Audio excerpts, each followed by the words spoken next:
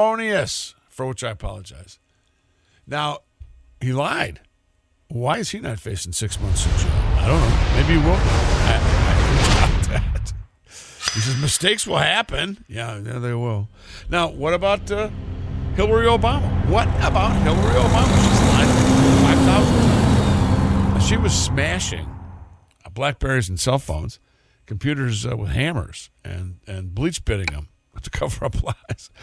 Yeah, it's what do they call it? The evil web. It really is the deep state. Anyway, this Clapper thing. This is in U.S. news.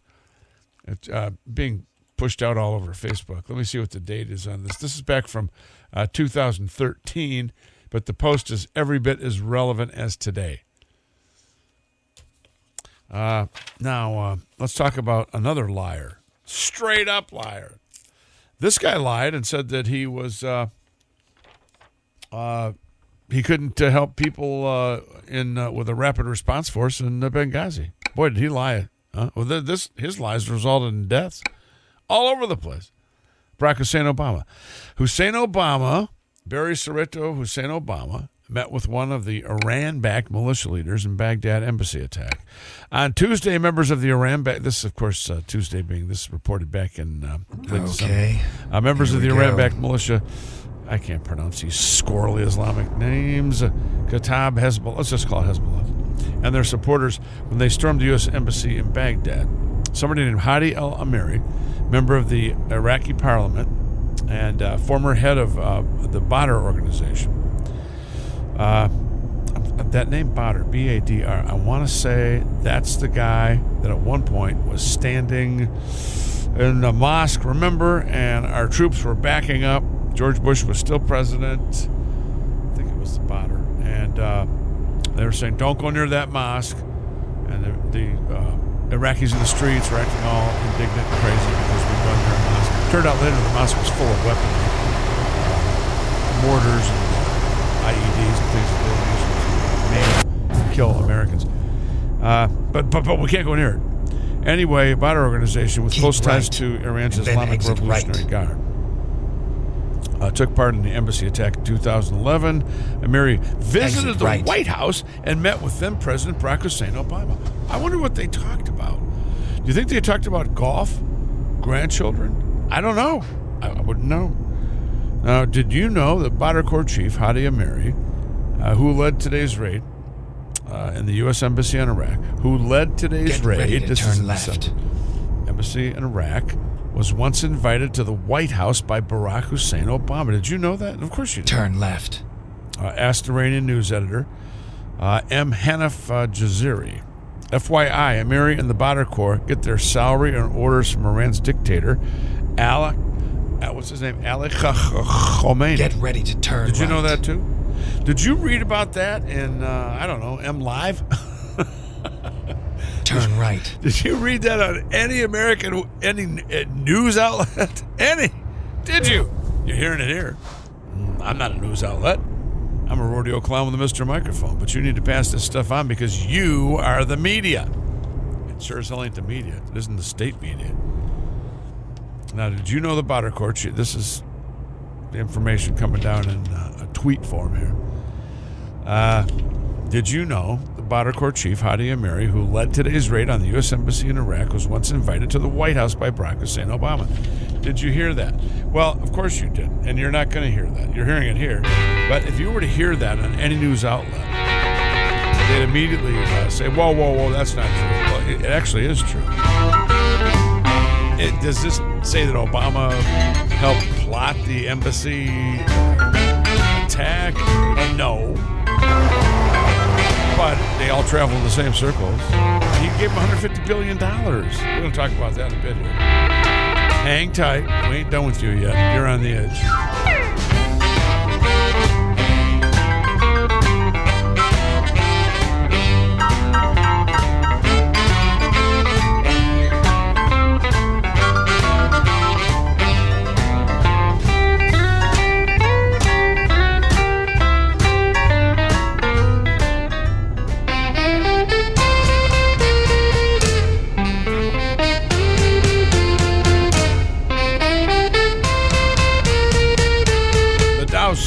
Senators as traitors laugh off a weak Trump impeachment. I like that headline. I haven't dug into the story here. In fact, let's click on this Trump impeachment. It's not going to matter. This is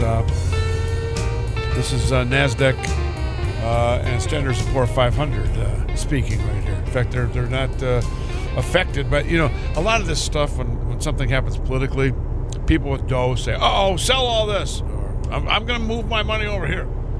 I'm putting all my money in Canadian futures.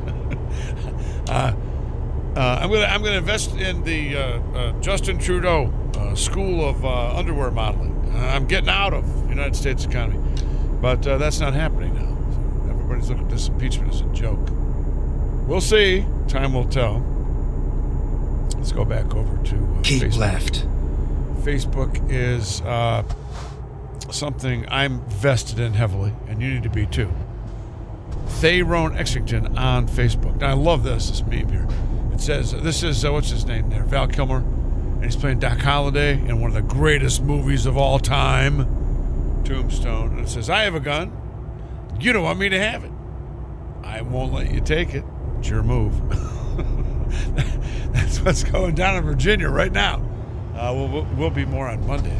We'll see what happens. Virginia could be the flashpoint for a big-time Second Amendment battle. And it's been coming.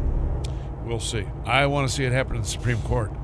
I don't want to see it happen in the streets. I don't want people out there shooting each other. I've said it before. Allow me to say it again. The stance that was taken back in the 80s, the large stance on the part of what they called the militia. Militia's still out there. People are still doing the militia thing. And they were all segmenting off into the free men out in Montana, Michigan militia here in Michigan. And they had various militias all over the place. I always thought, I don't want to live in a community where you got to go down to the stream to get water. Keep digging right, latrines. and then Everybody's exit wearing right. camo. I don't want to do that. That ain't me. I want electricity. I want a blow dryer. I want a refrigerator with Exit Haagen-Dazs, ice cream bars in it. I don't want to be in the militia. So I'm hoping that they don't get insane right now. I really like civilization. I can't tell you how much I love civilization. I love Western civilization. And I'm fighting hard to keep it in place. Do you know the crown of creation, Western civilization? United States of Get America. ready to turn left. Yeah, that's why we must fight tooth and nail to maintain this republic. Our capitalist, free market economy ways, which have been seriously compromised. Back into this Obama right here with meeting with the guy that attacked our embassy in Baghdad. Let's back up for a second. What I'm sharing with you here is it's been reported. It's been actually sourced out that Obama had some guy named Hadi al-Amari in the White House, visited with him. Who knows what they talked about? And this guy was one of the leaders that attacked our embassy. Yeah. And then, of course, Obama and crew came out and got down on our president for sending a missile at the rear end of and then turn right. their fearless leader over there, Soleimani. And this kind of stuff you're not hearing in the zombie media. Turn right. Nobody's talking about this. Nobody. Now, that's that. Now, I want to get into this piece on the money that Obama sent over there. But first, allow me to comment on my society's being torn asunder. My American society, my American republic, my culture, keep my right, borders, etc., right. sovereignty. It's all being shredded. It's being shredded by the abject left that have normalized themselves. And that is the stated goal of this radio station, to take them down. That's what we do here. We're not in business just to make a bunch of money. Money's great. But I look at money that comes our way in this radio station, courtesy of commercial advertising. That's it. That's the lifeblood. Get ready to turn left. As the funding I need to buy bullets of truth and information to get to you every day. Turn left. That's what this is about. So support that. Support that. As I've mentioned a couple times in the show, Here I've we mentioned are, it countless times safe before. and sound. You don't hear any of what we talk about here in the zombie media. You're being dumbed down. You're literally buying into being dumbed down by not reaching out and getting the information you need that you don't get in the zombie media, the American prophet, as I call it. They're actively working against you knowing much of anything. Now, the media does this because they think they're on the inside. They want to be in all the right parties. They're essentially in Oregon, an extension of the Democrat Socialist Party. I'd go so far as to say 100%, given that Murdoch's kids are as progressive as it gets. They still have Lou Dobbs on. Thank you, Lou Dobbs. Tucker Carlson's good. He's on it 80%. That's about it. I know. There's what's called there, Laura Ingraham and Sean Hannity. But the stone cold. Here's the information you need to know, folks. They're not there. They're not the real media. Oh, case in point. Let's talk about Sean Hannity for a second. Senator Patrick Colbeck, when he was running for governor, came out and pointed out, accurately so,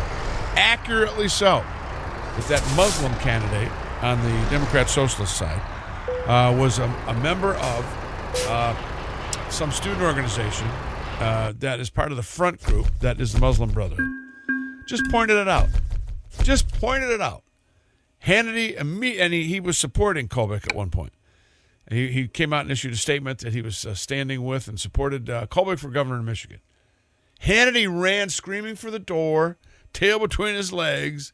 Oh, I can't. That's Islamofascism or Islamophobia. I can't side with that. And then wouldn't support Colbeck. And then this Muslim comes out and does some video. It's captured on video. They're at a debate someplace, and he's saying that you may like Muslims, but Muslims hate you, something like that, to Senator Colbeck, Patrick Colbeck. Nobody's talking about this. Nolan Finley backed out. All these people came out, and they're still painting the picture that Colbeck is some kind of he's a Muslim hater. Nothing can be further from the truth. The point I'm making here is that the zombie media is lying to you. They are 100% in league with the school system that is lying to you. Oh, but my kid's got a good teacher. No, they don't. They may have a good teacher, but so what? That teacher's in the system that is 100% corrupt, that is 100% indoctrination, that is social engineering, and you're buying into it. Do you think the lesson plan that teacher is teaching is in keeping with individual freedom? Constitutionally limited republic? Do you think that's the case? You're stupider than they think you are.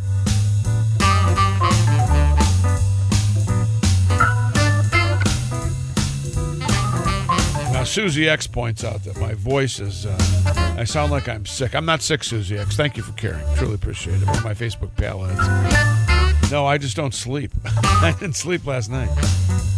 I'm up posting things on Facebook, reading stuff.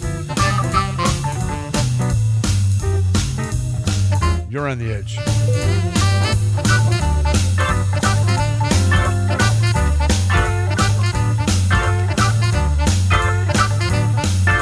Drive safe.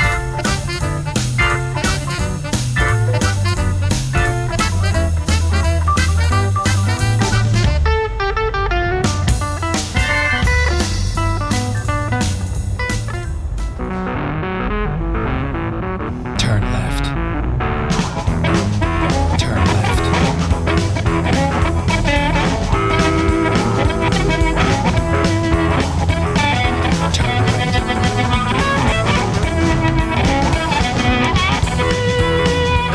Here we are. Hello and welcome back. There, we're next year.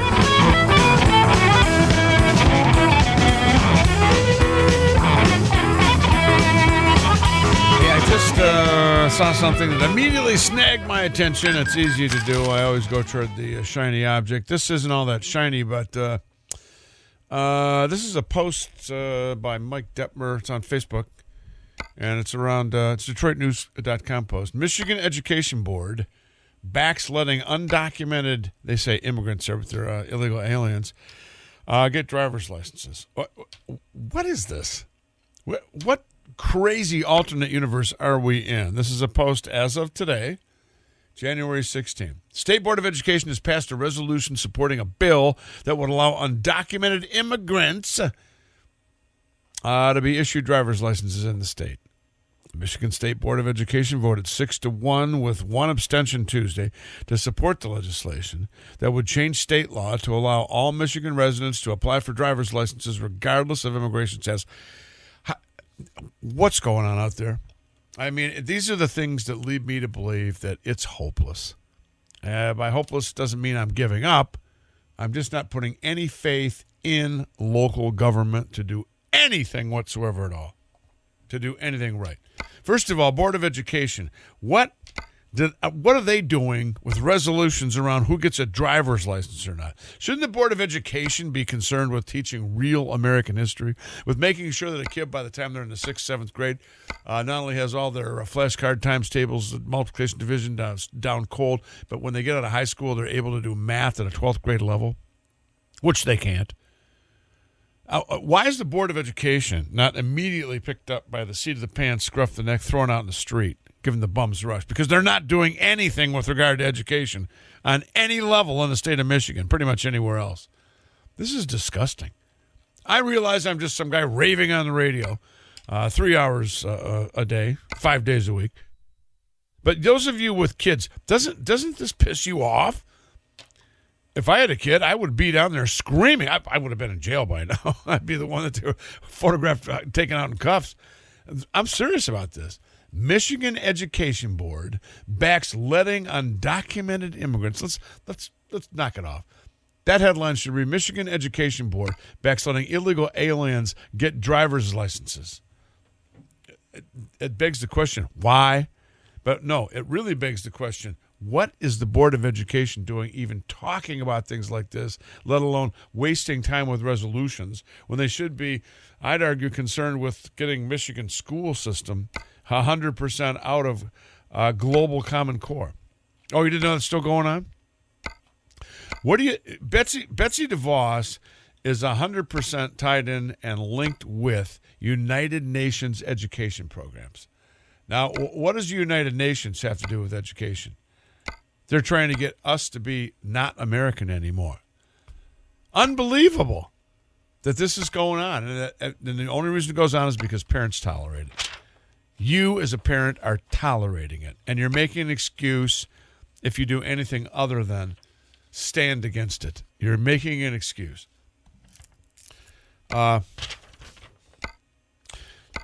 Iran. Trump's $200 billion sanctions have wiped out Obama's $150 billion nuclear deal. I like that. The sanctions imposed by President Donald Trump on Iran have more than... This is a post by Joel Pollack. I think I heard Dana one night. I may be mistaken. I could have swore it was Joel Pollack she was raving about, talking about that he wasn't a good guy. But I really like the things that he posts on Breitbart. The sanctions imposed by President Donald Trump on Iran have more than erased the benefits given by President Barack Hussein Obama under the nuclear deal, according to numbers presented by Iranian President Hassan Rouhani. Do you remember Rouhani? Rouhani's the guy that took the place of Ahmadinejad. Do you remember Ahmadinejad? They called him President Ramalama Ding Dong. Do you remember him when he came here and he got a pass by a guy named Lee Bollinger? Lee Bollinger used to run, at one point, I think he was the dean in the School of Law here at U of M. I forget what else he did. At one point, he was an interim big shot at U of M, and he was working to get the information technology division and anybody that wasn't a professor, education related, off of main central campus and out in the deep woods of North Campus. Anybody remember this? I do. But anyway, he let Ahmadinejad come to Columbia and speak and address Columbia University, and he was looking at that as the right thing to do, as opposed to, this is Lee Bollinger, as opposed to Ahmadinejad is a straight-up murdering thug. He was directly related to the crew that hijacked our American citizens in the embassy kidnappings when Jimmy, second worst president in the history of mankind, Carter, was in office. And I'm not letting him speak. We don't care what he has to say. He's an enemy. That'd be like letting Heimlich Himmler come and address the university back in 33. Yeah. Same thing. And Bollinger let him do it. Now, Bollinger's not the only one guilty of this kind of stuff, but he's the nail sticking up, so I'm pounding him down right now. I don't know what he's doing now. Is he still with Columbia?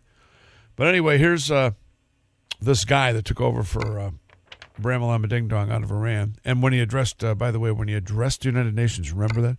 He said he saw a vision while he was up there speaking. He saw a vision. Yeah, he was sort of mesmerized. And he said he saw a vision. I want to say it was the 12th Mahdi or whatever coming, which is the Mahdi that's going to bring about nothing but bloodshed, murder, pillage, and rape of infidels, of which I'm one. I don't like that. Under the Iran deal, Iran gained renewed access up to $150 billion in assets that had been previously frozen. Let's stop there for 1 second. I don't see it here, but I remember reading and hearing on several fronts that they also got, 13 metric tons of gold, too, delivered to them. And all this was stuff that was being held. Because when Iran went south and started doing really bad mojo and really bad stuff, their assets were frozen. So, well, there were their assets. No. This is a straight-up murderous regime. So they forfeited those assets. A lot of them were being held because they were buying U.S. Military stuff. Or they were buying all sorts of U.S. stuff that they never received delivery. We could have told them, hey, beep off, and beep starts with an F.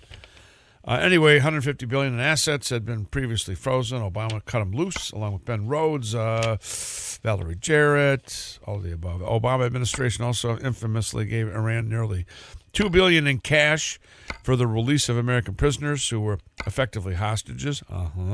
The money is believed to have been used in part. Are you kidding me? Believed it was used not in part, but in large part, to fund Iranian terror operations. What else have they been buying over there? Rouhani quoted the Bloomberg News, said Tuesday, quoted in Bloomberg News. Oh, by the way, Bloomberg, I just posted a picture of him in a rally. He's in a room that looks like one of them, let's say, way downstream meeting rooms. You go to a hotel where they're going to have a meeting, and it ain't in the main room. It ain't in the secondary room. It's in this broom closet over here. It looks like that's where he's holding a meeting. There are that many people there, his rally. Anyway, Bloomberg News said Tuesday, and I watch Bloomberg News on cable from time to time.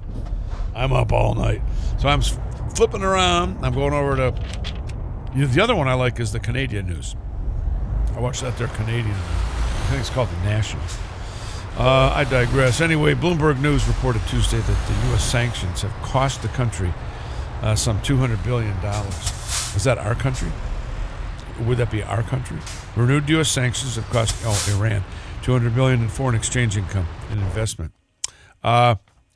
These are the sanctions we've put on with our fabulous President Donald Trump.